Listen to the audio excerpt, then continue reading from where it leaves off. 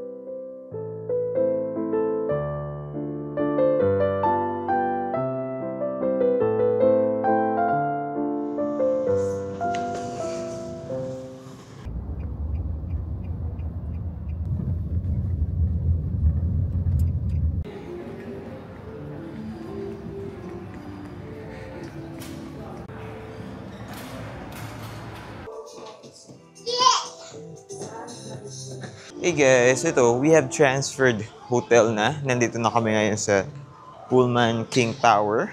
Nakapag-check-in na kami and nailagay na rin yung gamit sa room. So now, we will just go out. Didiretso na rin pala kami sa Big C para mag-shopping ng pasalubong. So tara.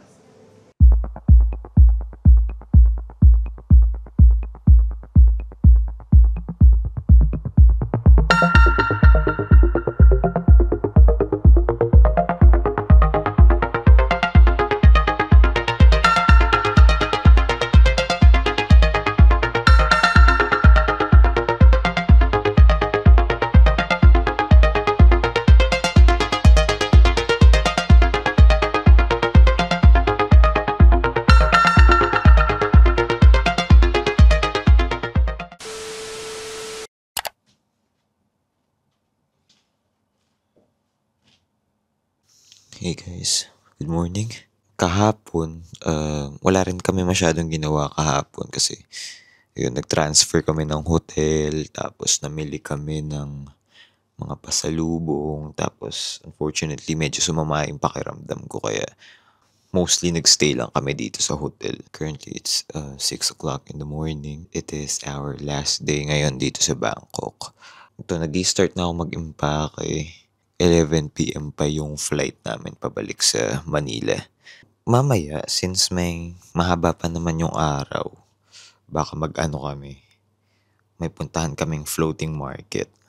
Since most of the floating market are only open tuwing weekends. Saturday kasi ngayon. Pupuntahan namin yung isang floating market na malapit lang. Accessible by commute. And then after that, diretso na kami sa airport. Then doon na kami mag-iintay. Yeah, that's the plan for today. Sila doon, tsaka sa kanila akong tulog pa. Anyway. Alright.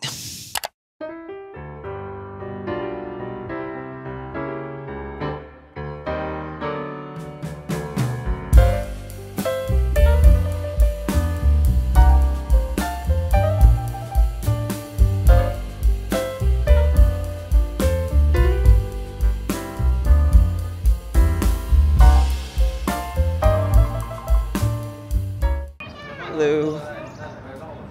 So we just checked out in our hotel and then we just left our luggage dun sa lobby. So ngayon, pupunta kami sa isa sa mga kilalang destinations dito sa Bangkok, which is yung mga floating market. So actually there are several floating markets here in Bangkok. Pero yung pupuntahan namin, ang pangalan ay Klong Lat Mayong Floating Market. Ano siya, accessible by MRT, and then we will take the free electric shuttle papunta dun sa floating market. So tara.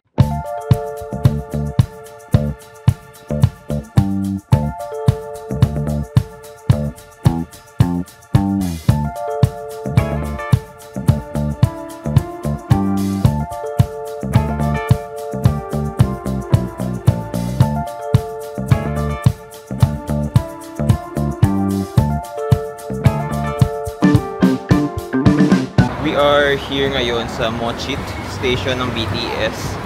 And since Saturday ngayon, napakadaming taong bumababa dito kasi ito rin yung station papunta sa Chatuchak Market. And since Chatuchak Market is only open during weekends, ayun, daming tao ngayon dito.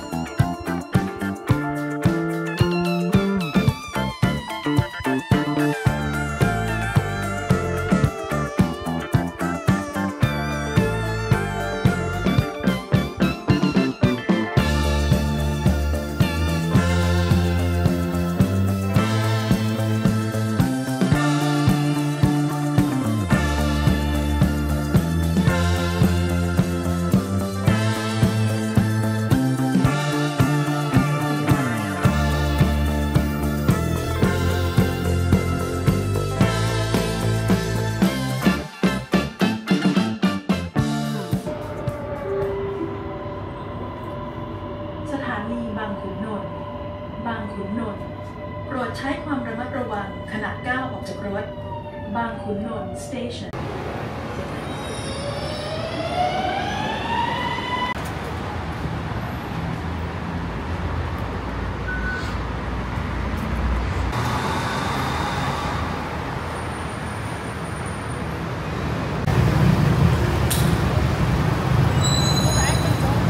Guys, we are here ngayon sa Bangkunon MRT station and we are just waiting sa next na free shuttle papunta dun sa mga floating market. Ang goal namin puntahan is yung Thonglat Mayom na floating market. Actually kasi itong free shuttle, umiikot siya into several floating markets. I think there are 5 floating markets na dadaanan, pero yung specific na pupuntahan namin is yung Thonglat Mayom. Libre lang itong shuttle na to, kaya aabangan mo talaga. Pero in case na tamad ka na mag-intay, pwede ka naman mag-ride ng taxi. Hindi naman siya kalayuan from here.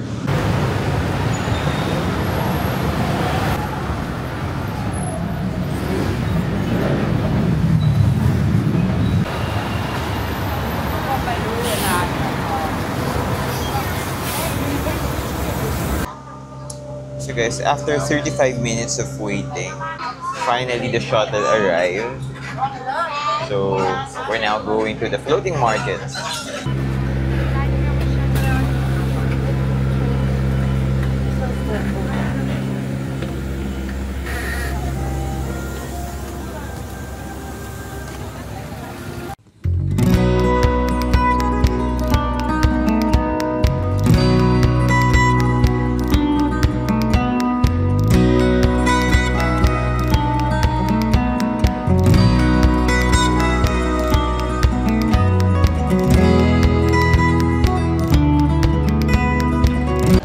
So guys, we are now here sa Thonglat Mayom. So this is one of the floating markets dito sa Bangkok. And open lang siya tuwing weekends.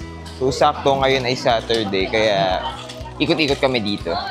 Later, after namin mag food trip ng kaonte, sasakay din kami sa bangka para mag sightseeing.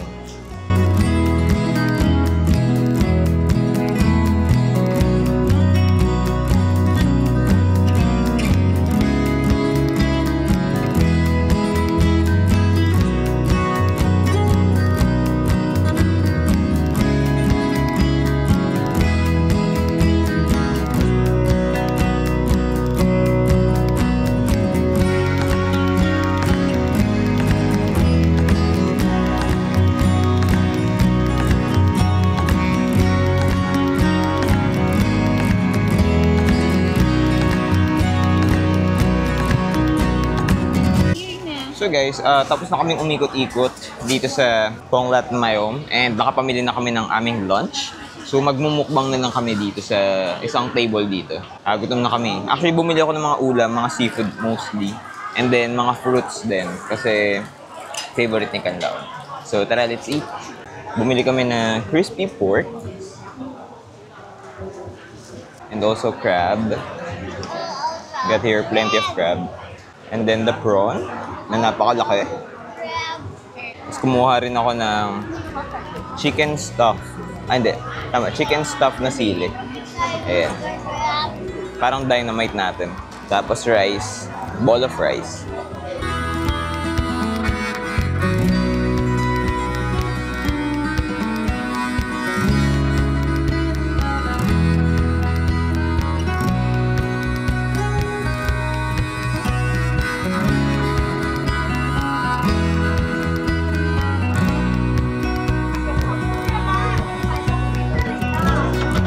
Say hi.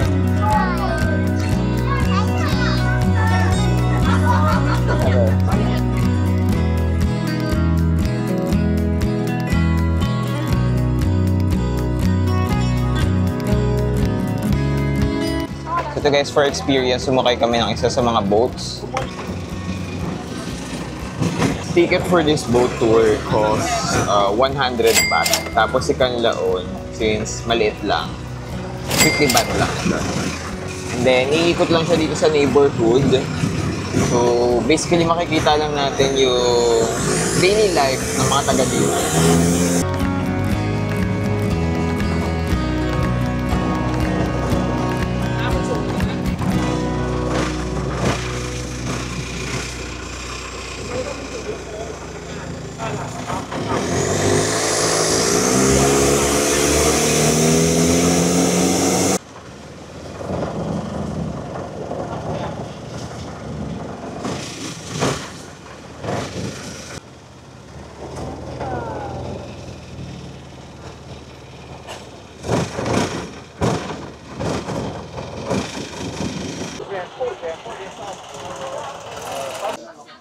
So guys, we made a stop over here. Meron daw kaming 20 minutes para mag-ikot-ikot or mag-coffee. Yeah, siguro magkakape ako.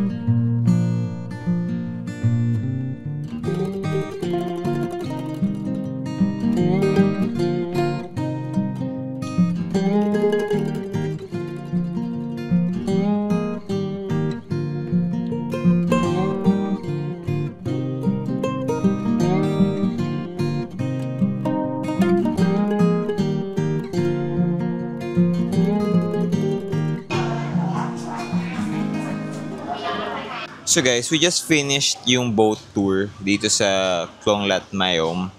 And now, we're just taking a rest dito sa gilid ng kanal. And we will, mukbang. Kain kami ng mga prutas. Bumili kasi kami kanina lang. Dito sa mga nagtitinda dito ng prutas. And ang dami-dami kasing prutas dito sa floating market. So, tara, samahan nyo kami. Papakita ko sa inyo yung mga fruits na nakita namin na for us, medyo kakaiba. Hindi namin masyadong nakakain sa Manila. So, tara. So guys, para sa unang prutas na aming nakita sa paligid. Tchanen! Nakikita nyo ba? Oo, ubusin mo na naman. Talaga itong bata. Oh, you eat. So, hindi ko binibigay sa'yo. Ang kulit mo na. So guys, para sa unang prutas, we have here this. Can you see it ba? Ayan. Nagpo-focus ba? Dito siya kung nagpo-focus. Basta ano yan, mulberry. Nakita lang namin doon, this is 50 baht? 35 baht. Yeah, this is just 35 baht. Ano siya, isang lalagyan. Konti lang naman. Pero, yeah. Favorite ni Kanlaon. Isa na lang natira. Ito na lang. Kakainin ko na yung natira.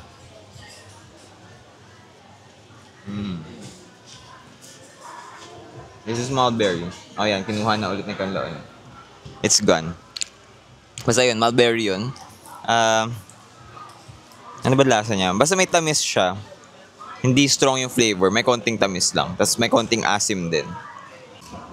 So guys, another interesting fruit na nakita ko is ito. Actually, nakatikim na ako ng ganito sa Chiang Mai dati. Pero nakalimutan ko na yung lasa. Medyo strange lang yung itsura niya. Ayan na, look. Para siyang kamatis. Pero nakabalot sa parang flower or sepal. Ayan. So, let's try it. Hindi ko alam yung pangalan nitong prutas na to. Pero, dito ko lang siya nakita sa Thailand. Wala akong nakikita ng ganito sa Manila.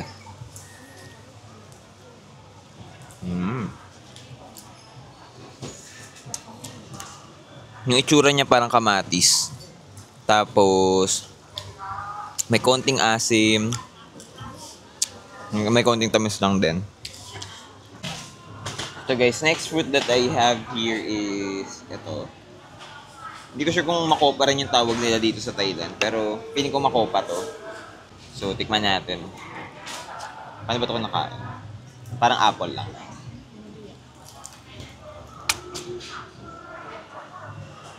Ayan o. Makopa na malaki. That's it. Lasa makopa. Distinct talaga yung lasa ng makopa.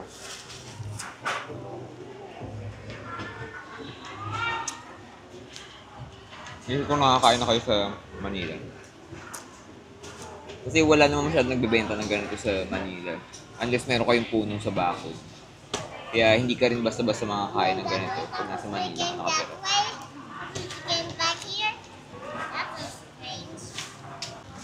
So, next fruit na i-feature ko dito ay ito. Alam niyo ba kung ano ito? Yeah. This is passion fruit. Nakatikim naman na ako nito before, pero sa Manila, hindi rin ako masyado nakakakita nito. Kaya, interesting na ipakita natin dito sa vlog. Hindi ko alam kung paano kayo kumakain ng passion fruit, pero ganito ko siya kinain. Binuklat ko. Tapos ganito lang naman yung laman niya sa loob. Ayan. Konti lang. It's mostly seeds. Tapos dito ko lang yan sa Thailand natitikman. Ito, passion fruit. So, kung hindi ka pa nakakakita ng passion fruit, ito yung kinakain na part. Itong dilaw-dilaw na juicy na actually seeds yan. Tapos ang lasa,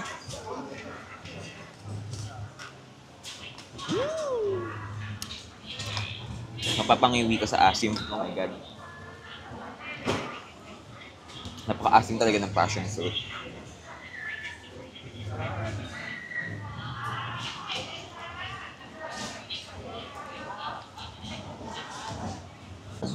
Siyempre guys, ang finale ng ating fruit mukbang, ito. Nakikita nyo ba? Durian. Ang king of fruits. Tignan natin. Sa Manila nakakain na ako nito, pero may mga napapanood akong vlog na iba raw yung lasa ng durian ng Thailand sa durian ng Pilipinas. Yung dito raw, yung durian daw dito sa Thailand, mas masarap daw. So, hindi ko sure kung totoo ba yun. So, tikman natin. Amoy durian siya, of course. Hindi siya kasing kasing lakas yung amoy ng mga ibang durian. Tikman natin. Oh my God. Ako, maraming nagsasabi na masarap daw talaga ang durian dito. Ako, hindi ako fan ng durian talaga, sa totoo lang. This is durian. Let's have a taste.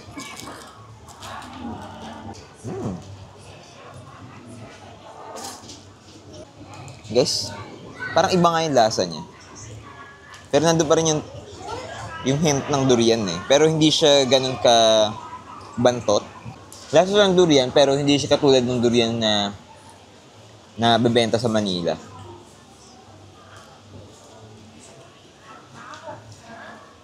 So, ko ba mako-compare? Hindi siya strong yung lasa niya. Pero lasa mo yung durian. Patikim ko kay Don. Hindi pa rin kasi nakakatikim si Don ng durian.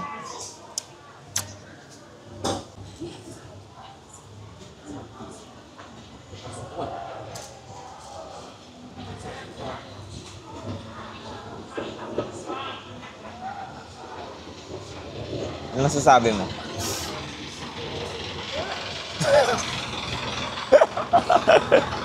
Hindi ko hindi niya bet. Naduduwal daw. Huwag mo na kainin. Masarap na, ma'am. Gusto ko tong durian na to. In fairness. Basta ito durian. Ng Thailand. And in fairness, mas tolerable yung lasa ng durian na to. By the way, mahal ng durian na 200 baht. Itong 2 piraso. So that is our fruit mukbang dito sa Klong Lat Mayom. So busog na kami and nakaikot na rin kami mostly dito sa lugar. Tapos nag-try na rin kami ng boat tour. Kaya yeah, I think we're done here. So habulin na namin yung free shuttle service back doon sa main road. So tara, let's go.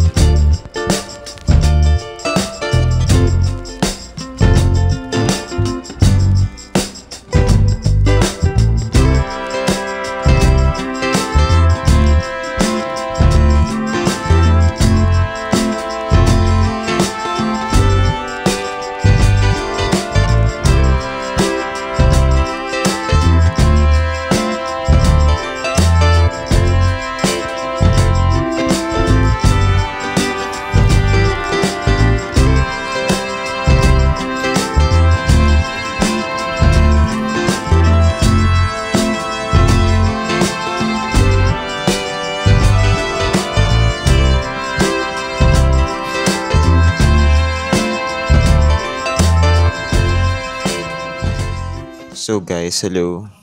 Nandito na kami ngayon sa loob ng Suvarnabhumi International Airport sa pre-departure area. And meron kaming access sa King Power Space Airport Lounge. Kaya eto, nanginginain kami ngayon. Free dinner. Well, actually complimentary dun sa room namin sa Pullman. Kaya eto, makakain kami ng dinner ngayon. Anyway, I'll just quickly show you itong King Power Space Airport Lounge. Nandito yan sa Concourse E. So, sakto, malapit lang dito yung gate namin sa PAL, which is E2. And itong, nandito nga sa Concourse E, itong King Power Space. So, yeah. Yung food dito, hindi siya buffet style. Meron lang order queuing system sila. Yung bilog na umiilaw, tapos nanginginig. Tapos, you just scan the QR code. And then, meron ng menu doon ng mga food na pwede nyong tikman or sinuserve nila for the day. I'm not sure kung same menu ito everyday. So, ngayon, kakain muna kami kasi we only have 1 hour para tumambay dito sa lounge. Kasi, ang haba ng pila kanina sa sa check-in counters. Parang inabot din ng halos lampas 30 minutes yung pila namin. So, yeah, yun lang.